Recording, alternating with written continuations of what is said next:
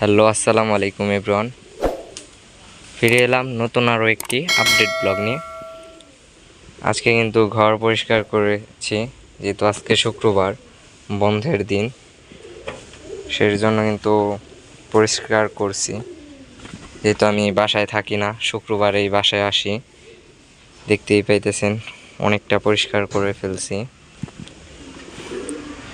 ধুয়ে দিয়েছি জায়গাটি,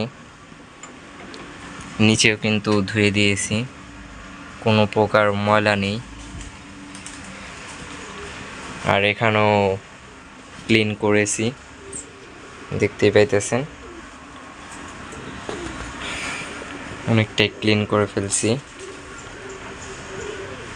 আর বাচ্চাগুলো কিন্তু অনেকটাই বড় হয়ে গেছে গা। আরও আরও খরগোশ আনার ইচ্ছা আছে, যোগাযোগ করতেছি আমি। আর এই বাচ্চাটার কিন্তু পায়ে ব্যথা পাইছে অনেকটাই, এই যে দেখতে পাইতেছেন পা দুটা কিন্তু চিকন আর লম্বা হয়ে গেছে, অনেকটাই লম্বা হয়ে গেছে পাটা। ওর অবস্থা অনেক খারাপ, জানি না এটা কি বাঁচবে কি না, আল্লাহর উপর এখন ছেড়ে দিয়েছি। এখন আমার কিছু করার নেই এখানে। পা কিন্তু একবারেই ভেঙে গেছে গা, অনেকটা লম্বা হয়ে গেছে পা অনেকটাই লম্বা হয়েছে। যাই হোক, কিছু করার নেই। এই বাচ্চাটা কিন্তু অনেক ছোটকাল থেকে এরকম, হাঁটতে অনেক কষ্ট হয়। আর সব বাচ্চাগুলা ঠিকঠাকই আছে। আরও র্যাবিট যুক্ত করব যদি পাই। কথাবার্তা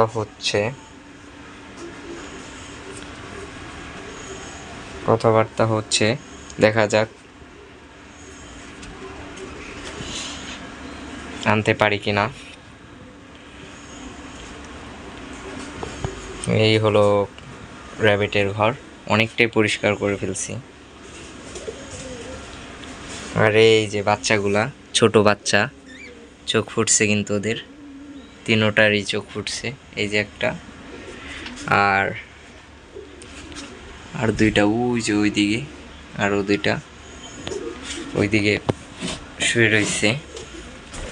দেখাই আপনাদেরকে, এখানে কিন্তু বড়টা বাচ্চা, এই যে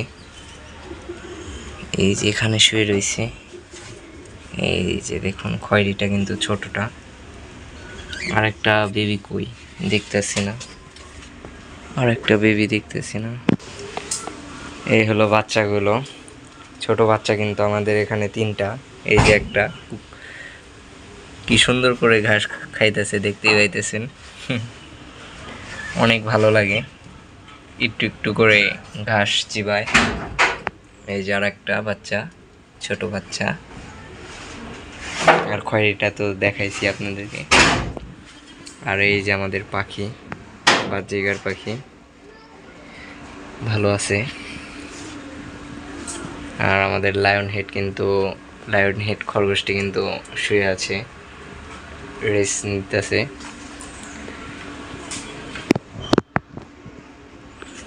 এই তো আমাদের র্যাবিটগুলা, আরও যুক্ত করব আল্লাহর রহমতে, যদি পাই তো যুক্ত করব ইনশাল্লাহ। আর এখানে কিন্তু আমাদের কোয়েলগুলো আছে, এখান থেকে কিন্তু ওই খাঁচায় সেট করব ওদেরকে। এখন নেট কিনে নিই, তাও সেট করে দেব।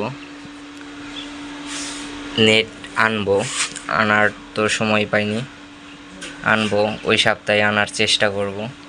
আজকে কিন্তু ওদেরকে ওইখানে সেট করে দেব। এই যে কাগজ কিন্তু দিয়ে দিয়েছি, এই যে দিয়ে দিলাম আমাদের কোয়েলগুলো। আরও কোয়েল আনার ইচ্ছা আছে। আর তিথির মুরগি পেলে আনবো, বুধবারের হাটে যাব আবারও। এই যে দিয়ে দিলাম,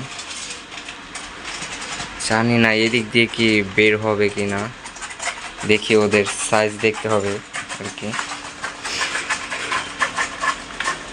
হ্যাঁ, এই তো তো যাই তো পুরাই যায়। এখন এদিক দিয়ে একটু আটকে দিতে হবে। এখানে কিন্তু সেট করা হয়ে গেছে, আর এখানে কিছু রাবার জাতীয় কাগজ বা পলাথিন বললেই চলে, এখানে লাগিয়ে দিয়েছি যাতে ওরা বের হয়ে আসতে না পারে। লাগিয়ে দেওয়া হয়েছে যাতে বের হয়ে না আসতে পারে, এর জন্য। নতুন জায়গা পেয়ে ওরা খুবই খুশি এখন, কিভাবে এছড়াইতেছে আর ঠুক করে আওয়াজ করতেছে। এখন কিন্তু খাবার দিয়ে দিব ওদেরকে, যেহেতু খাবার নেই এখানে পাত্রে, খাবার দিয়ে দিব। আর আমাদের ঘরের এখানে কিন্তু গোবর দিয়ে লাঠি দিয়ে গোবর করে শুকিয়ে রোদে খড়ি বানাইছে, এখানে রেখে দিয়েছে। আর এই যে এগুলা কিন্তু আমি খাওয়াই, কিন্তু খাবার দেখতে পাইতেছি না, ভাঙ্গি নিয়ে আসবো এগুলো। এই কয়টাই দিয়ে দেবো, আর চাল দেবো। আর আমার ছোট বোন বলতেছে কই বাচ্চাগুলা খুঁজতেছে, এখানে দিয়ে দিব। এই যে দিয়ে দিলাম, খেতে শুরু করবে। কিছু খুদ দিয়ে দিই যাতে ভালো করে খেতে পারে। এগুলো কিন্তু দিয়ে দিব, এই যে আমার হাতে কিন্তু খুদ আছে, এগুলো দিয়ে দিব।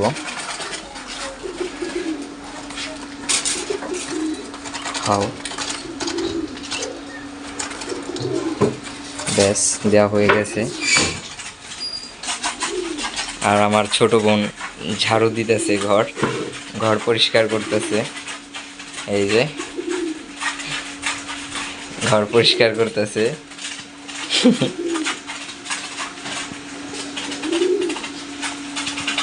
আর ছেলে খরগোশের ঘর কিন্তু আমি রাবার জাতীয় পলিথিন দিয়ে কিন্তু তার কাটা মেরে লাগিয়ে দিয়েছি। এই পলিথিনটা রাবার জাতীয় পলিথিন, যাতে বৃষ্টি পড়লে ভিতরে পানি না যেতে পারে, সেই কারণে। দেখতেই পাইতেছেন।